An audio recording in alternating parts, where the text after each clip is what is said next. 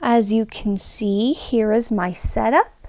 I have my papers, my watercolors, and the brushes, and of course, the tape. The tape is very important. This is just a simple painter's tape. You can use any length because you can adjust it to the paper that you're using it on.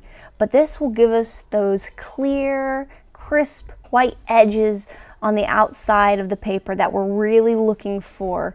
And it also helps to hold your paper in place while you're painting.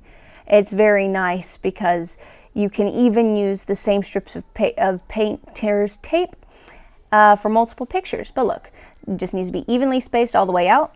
So we start out with some water, and of course they are watercolors, so the water is a very important element to getting this painting started. We will begin with a blue sky, and you can control the color, how dark it is, by how much paint and water you use. The more water, the lighter the color. Watercolors are some of my favorite. They're just so versatile. Then we have the water. I'm using an aqua type of color here, but I'm leaving some space for a boat that I'm going to be painting because it's a lot easier to paint on white than it is to blot out a color. So I have kind of sketched out where the boat's going to go here. Now I'm just painting the water around it. I'm going to add some blue to this water because I want it to look crystal clear and beautiful, but the green is to help it look different from the sky. The boat, of course, I'm starting with a base brown and I painted some mast, and here I'm working on the sail. As you can see, I should have left a white space for this. Ideally, you could just sketch with a pencil first before you begin your painting.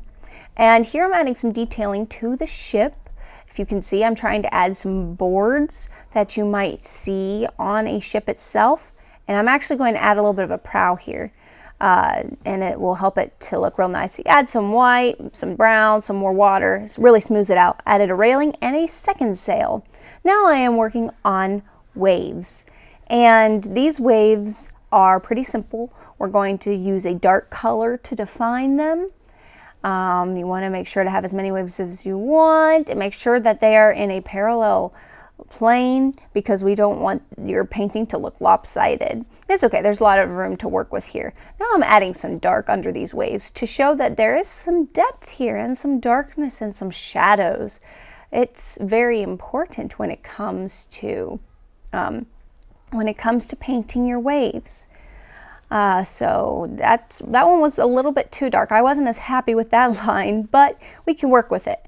And it actually will help us here in a moment because I'll just add some more water and some more blue and really just make that water look really nice. So I should be adding some white here in a moment on top of the waves, but as you can see, using water here really smooths things out and makes it look more natural and realistic. Even if your paint has started to dry, it's watercolors, so if you use that water, it's going to make it look a lot nicer. Here's the white that I'm adding on top to put the highlights in where the sun would hit the water and make it kind of shimmer and shine. And you really just work around with this as much as you want with the water and the white and the blue and the green and even the black. You do want to be careful with the black though because you don't want to add too much. But there we go. Now I'm adding a tree to the foreground of this picture, and as you can see down at the bottom, I've started adding a treasure chest, and I have to paint over this multiple times with the same color because I'm trying to paint over the water, and I did not plan this in advance. So here is the leaves of the palm tree. Thankfully, they're pretty easy to paint because the sky is such a light blue. You want to make sure to get those fronds looking really nice. Don't leave really any gaps, and it's going to turn out really nicely. I will also be using a darker green on the bottom of the leaves for that shading, and that's going to help it to look more realistic, and it's going to help it to just have that kind of definition. I've added sand using white and yellow and a goldish, and here we're going to be taking off the tape. So satisfying just to figure out what this is going to look like. This is the most exciting part, is taking this tape off and seeing how defined and beautiful your picture is. And there goes that piece. And I could use these pieces again for the next painting because it's the same shape all of my pages are. And there goes that one. And the very last one